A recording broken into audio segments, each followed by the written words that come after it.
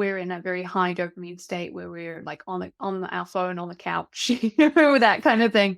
We know we need to get to our desk and do something. That gap between I want to do this thing and I'm actually doing it can be physically painful with ADHD. Like that dopamine drop can be physically uncomfortable. And so learning how to add steps in to take you from I need to do this thing, but I'm not doing it. I'm on my phone. I'm sort of dopamine hunting to actually getting the thing done and being able to say, I can do this consistently and I have control over being able to do this.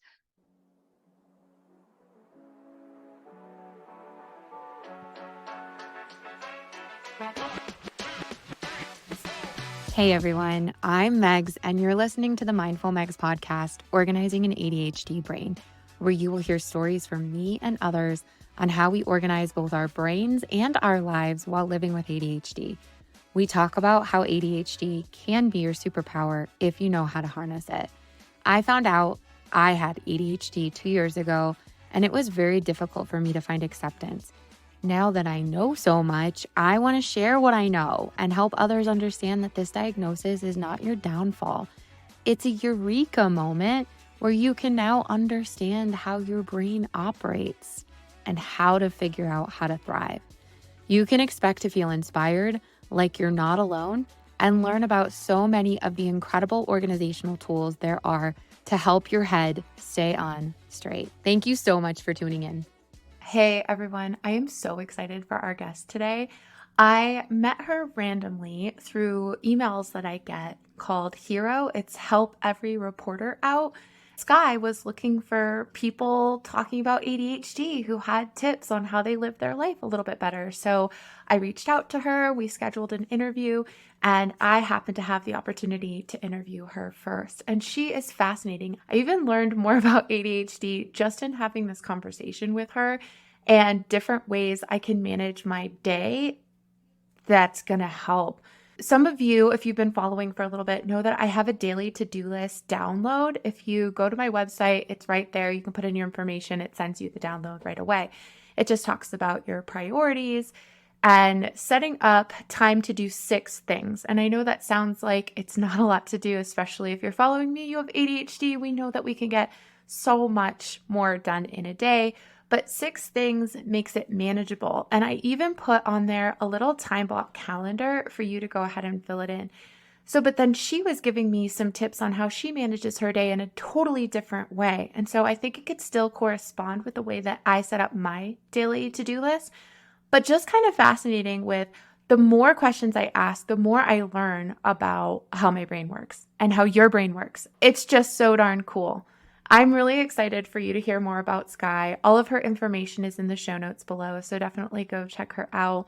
In other news, my husband and I built a wall in our backyard this weekend, so that was really cool. If you're following me on TikTok, I will post some videos there. If there's other places you want to see it, just let me know. I typically spend most of my time on TikTok when it comes to sharing every day. Other than that, I'm happy to have you on my email list because I'll keep you updated there as well.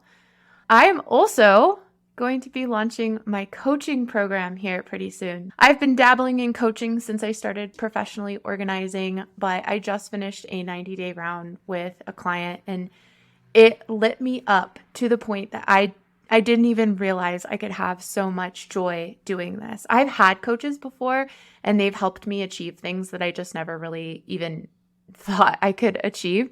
And now to be doing it on my own feels really, really cool. One thing that my client said to me the other day was that I helped her believe in herself and that she was capable of doing some of the things that we talked about when it came to ADHD. What? Like, that is literally my goal in life. I want to help people believe in themselves no matter what your brain looks like or feels like. And I'm pumped to keep doing that. So keep listening along. I'll share more as more comes out about the coaching program. I'm likely going to be doing individual coaching at first and then more group coaching down the line. I also want to shout out my new Patreon followers. Thank you so much for joining me on Patreon. We have Rosemary, who is a new member, and Raisley Lopez. I hope I said your name right. Thank you so much for following me. If you're interested in joining me and supporting the podcast on Patreon, it's available in the show notes below. Just click on the link. Now, without further ado, a riveting episode with Skye. Welcome back to Organizing an ADHD Brain. I am here with Skye Waterson, joining us all the way from New Zealand, and she works and founded the ADHD Skills Lab. And so, Skye, tell us a little bit about you and what you do. Yeah, hi. It's wonderful to be here. So, yeah, my name's Skye. I'm a former academic, and I'm now founder of Unconventional Organization and the ADHD Skills Lab podcast. And I am, based in New Zealand, which is why I have this accent, but I primarily work with people in the US and the UK, which means that I do get up that early. Okay, that's amazing. Tell us a little bit about how did you get into the ADHD space? I got in a bit in a surprising way. So I was on track to be an academic. That was my career. And I started my doctorate and I went in to get maybe dyslexia diagnosis. I wasn't sure. I just knew I needed something. And 4 hours later, I came out and they said, well, we don't know about dyslexia, but we definitely think you have ADHD. And I was like, adults can get ADHD because I'd worked in development. So I'd learned about it for children, but at the time, there just was no information about it for adults that I'd seen. So it was a huge, huge surprise. And it was a big shift in what I did. And it meant that I changed my research. Well, I didn't change my research, but I started doing a lot more research into ADHD and that developed into working in the university and then with schools and then with this organization. It's so interesting because as women with ADHD, and part of ADHD is you get excited about something and you start to learn about something and then you just can't stop learning about something. Yeah. And I find that that's the case with ADHD for me. The more I learn about my brain, the more fascinating it becomes. What were you originally getting your doctorate in? So my doctorate was in population health. I did my master's in sociology and my undergraduate in psychology. If that makes me sound ADHD, well, there you go. And so I was looking at how parents in New Zealand experience economic satisfaction. My focus academically has always been on developing phrases that, people don't have a word. When you have that thing, but you don't have a word for that thing, and then you find that thing like rejection sensitivity, for example, and it's just a powerful thing. I've always been interested in that. And so that was my focus in academia. And then once I found out about ADHD, that was a huge focus for me. And I started actually writing articles and putting them on the internet as a kind of accountability. And that became the basis for the organization that we run today, was those articles. Wow. And I stalked your website a little bit before we started talking today, and you have multiple ADHD coaches that work with people with ADHD to help them thrive from, it looked like just general day-to-day life all the way to executive coaching, which I thought was, yes, like this is exactly what people out there need. So tell us a little bit about what you do. Yeah. So we've grown. It's been wonderful. We have the academy, which is where we sort of have a community support and one-on-one support. We help all of our focus is on helping ADHD adults reach their goals. And then within that, we work with, depending on your goals, it might be like I just, met with someone who's trying to get employment, or, we work all the way up to executive coaching, which is where I particularly work with people who have, awesome goals. I've worked with, Google directors, I've worked with BBC hosts, things like that. So people who have big, big goals. I love helping people with those goals. It's so much fun.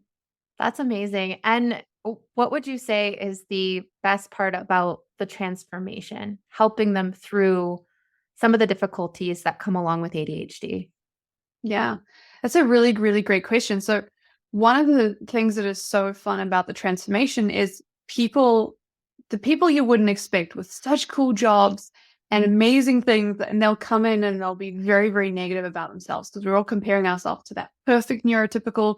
You've probably already got a jump on the day and did yoga and all that kind of stuff. And so we'll feel very negative about ourselves, often, and say, oh, I can't do things. And so one of my favorite transformations is helping people realize that the goal that they have, the one that they're not necessarily admitting, but they really want to do it, or they've thought about how fun it would be to do this thing, is achievable, and then helping them go down that path to achieve that goal and actually see it coming true. And, people have said, my life has changed. I feel so, so amazing. And it's like, no, you did this. You had this ability. And I love seeing the realization that this is actually happening. This is actually going to happen in people.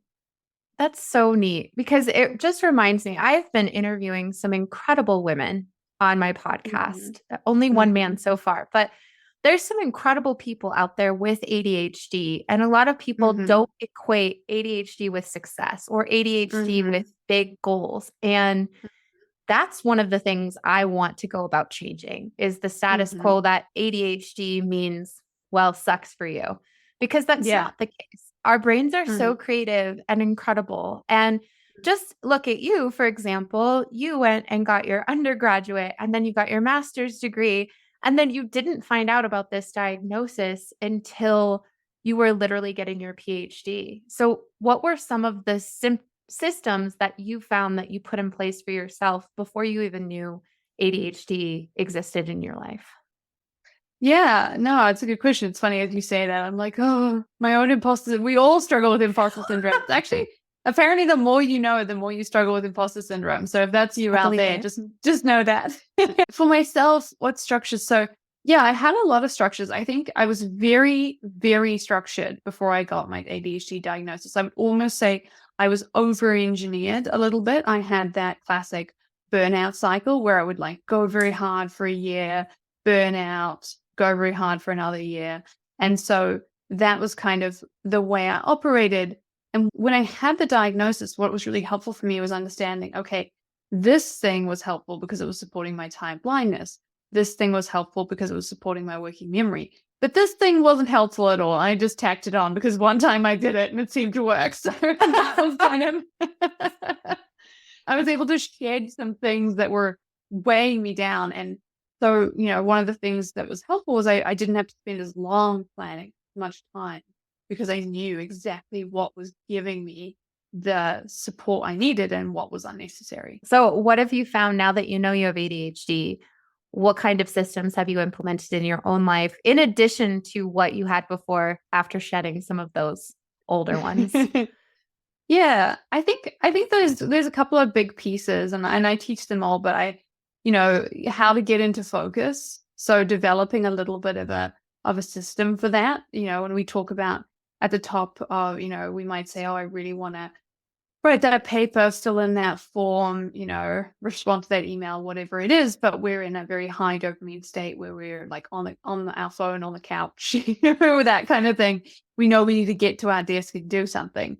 That gap between I want to do this thing and I'm actually doing it can be physically painful with ADHD. Like that dopamine drop can be physically uncomfortable. And so learning how to add steps in to take you from I need to do this thing, but I'm not doing it. I'm on my phone. I'm sort of dopamine hunting to actually getting the thing done and being able to say, I can do this consistently and I have control over being able to do this.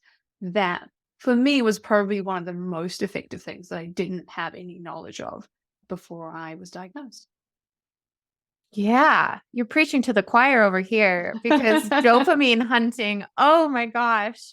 Just when I think I've conquered ADHD and I have this incredible day where I feel like I've not rushed through things, but I've actually gotten things done, then the next day I am on the couch and I have my phone in front of me and I'm like, oh, why can't I get to my computer? So that is such a real thing.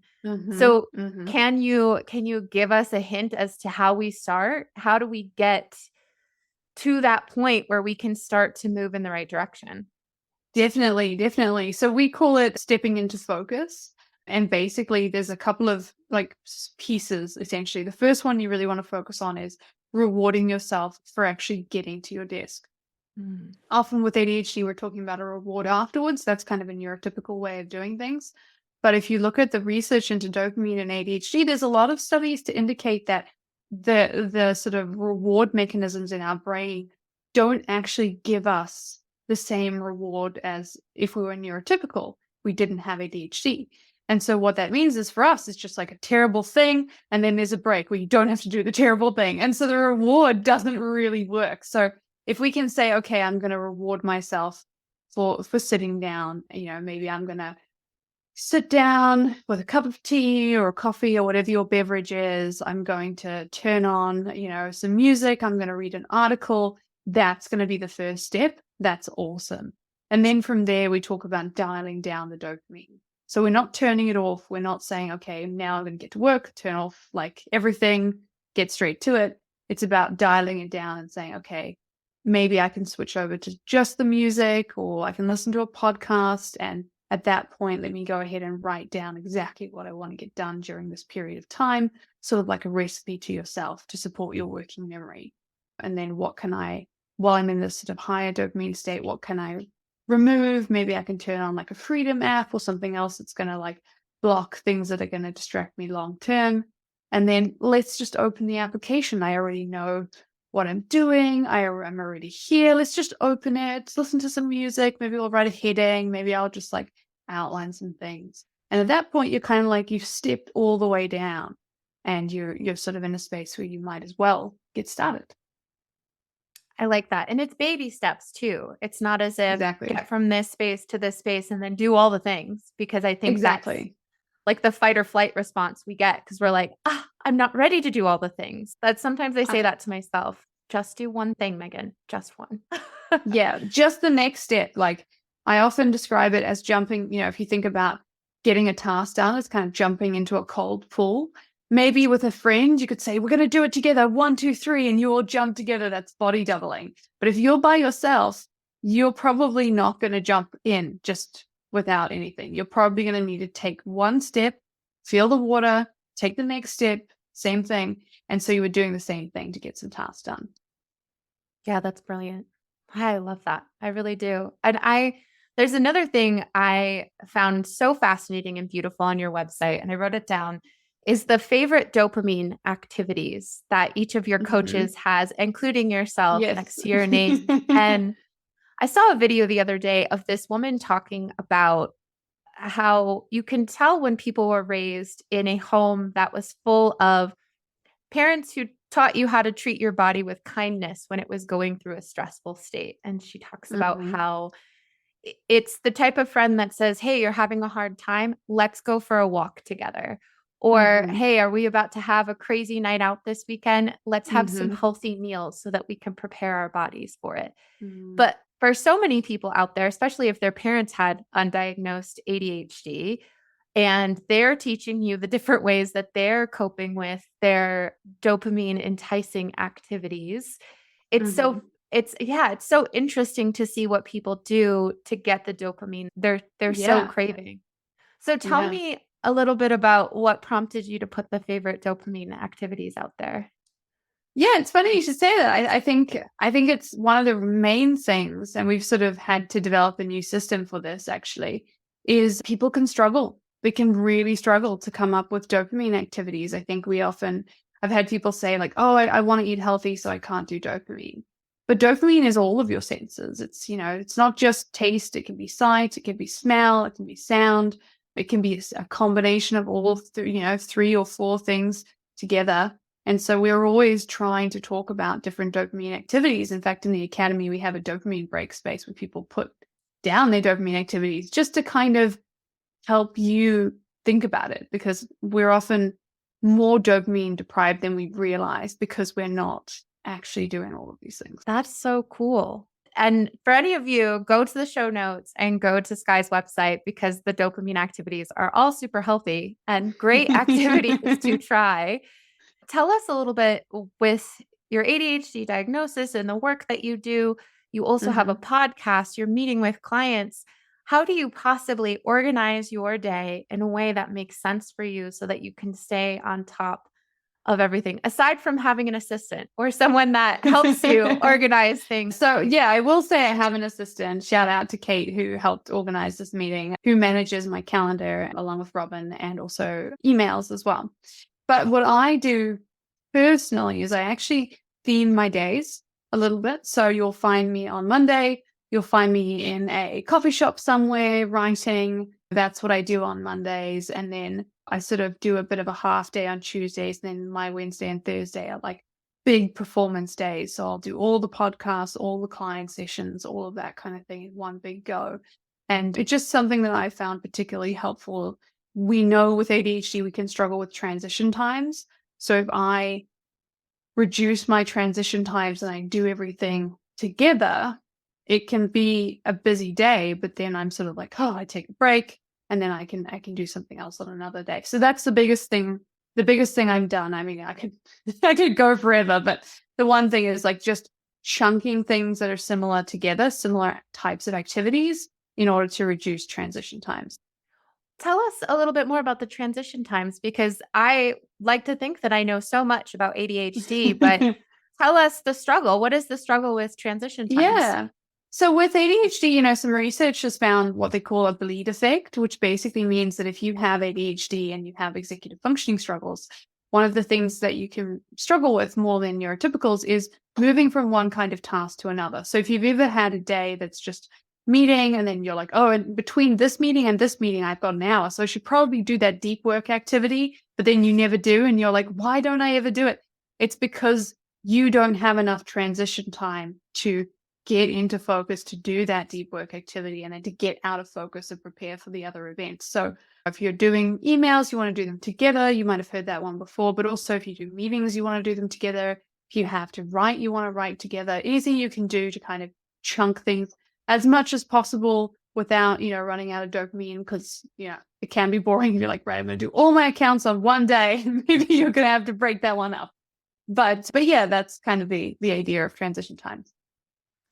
Thank you for saying that, because ADHD can come with a lot of shame when we don't know why we're doing a certain thing. And especially when I worked in the corporate world and I would have coaching, and then I would need to be listening to calls, or I'd need to be meeting with this person, and the constant influx of emails at the same time. I thought I was great at multitasking, but I was so annoyed when I couldn't get in and drop into something and get something done.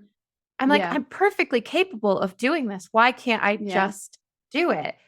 And so part of the ADHD work, I think, is just knowing so much more about why things are happening so that you can get in front of it and say, this isn't working for me, so I'm going to do it the way that you do. What a cool idea. And then you get to look forward to those things, like going to a coffee shop and writing, because that is what fills up your day. And it's kind of like those videos that you see where they're like, okay, I planned a meeting for the afternoon or a doctor's appointment. It's like, now I can't do anything until I get to the doctor's appointment.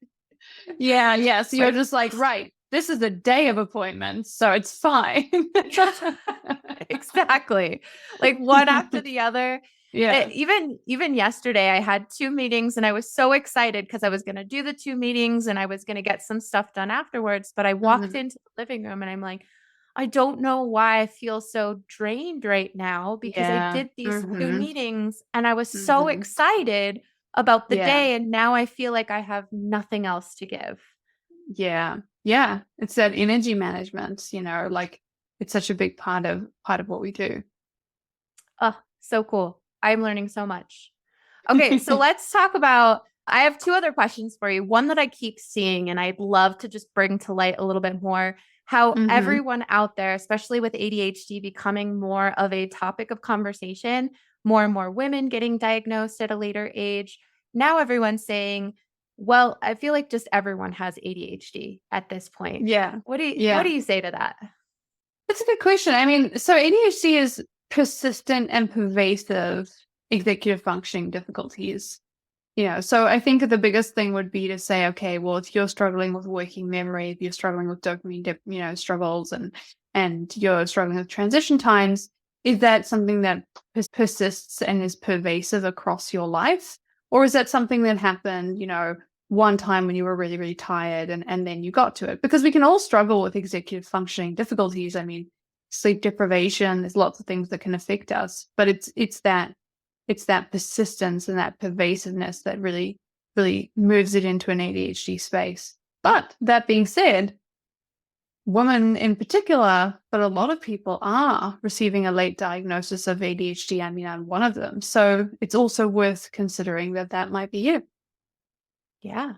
So, yeah, if you think everyone has ADHD, maybe it's just you're a part of the population that also has ADHD. We do find each other. We do find each other. Like one of the other pieces of research they have is, neurodiverse people, we communicate in very similar ways. We connect with each other. And then neurotypicals are the same, and we can have a bit of problems cross-communicating. We can get our wires crossed more often. So, yes, if you have ADHD and you're wondering why all your friends have it too, there's actually a potential reason. Okay, that's so real. I love that. And another, controversial topic is, some people talk about ADHD as a superpower. And that's one thing that really helped me embrace my ADHD to its fullest potential. And so I still love using the terminology because I do think our brains are super powerful when you know enough about them that you can change some of the ways that you've learned about going about life. So what's your perspective on an ADHD superpower, and do you have one?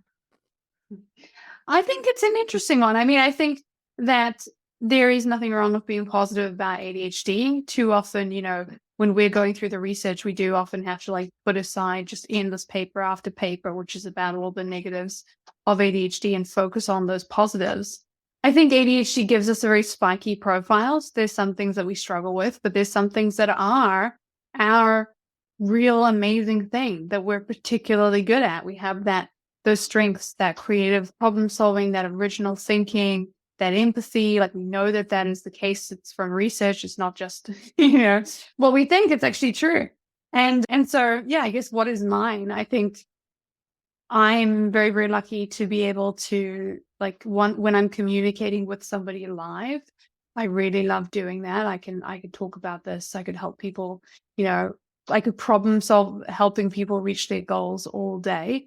And so I'm very lucky I get to do what I love to do. I get to do the thing that I would consider to be my real ADHD strength. Yes. Oh, I love that so much.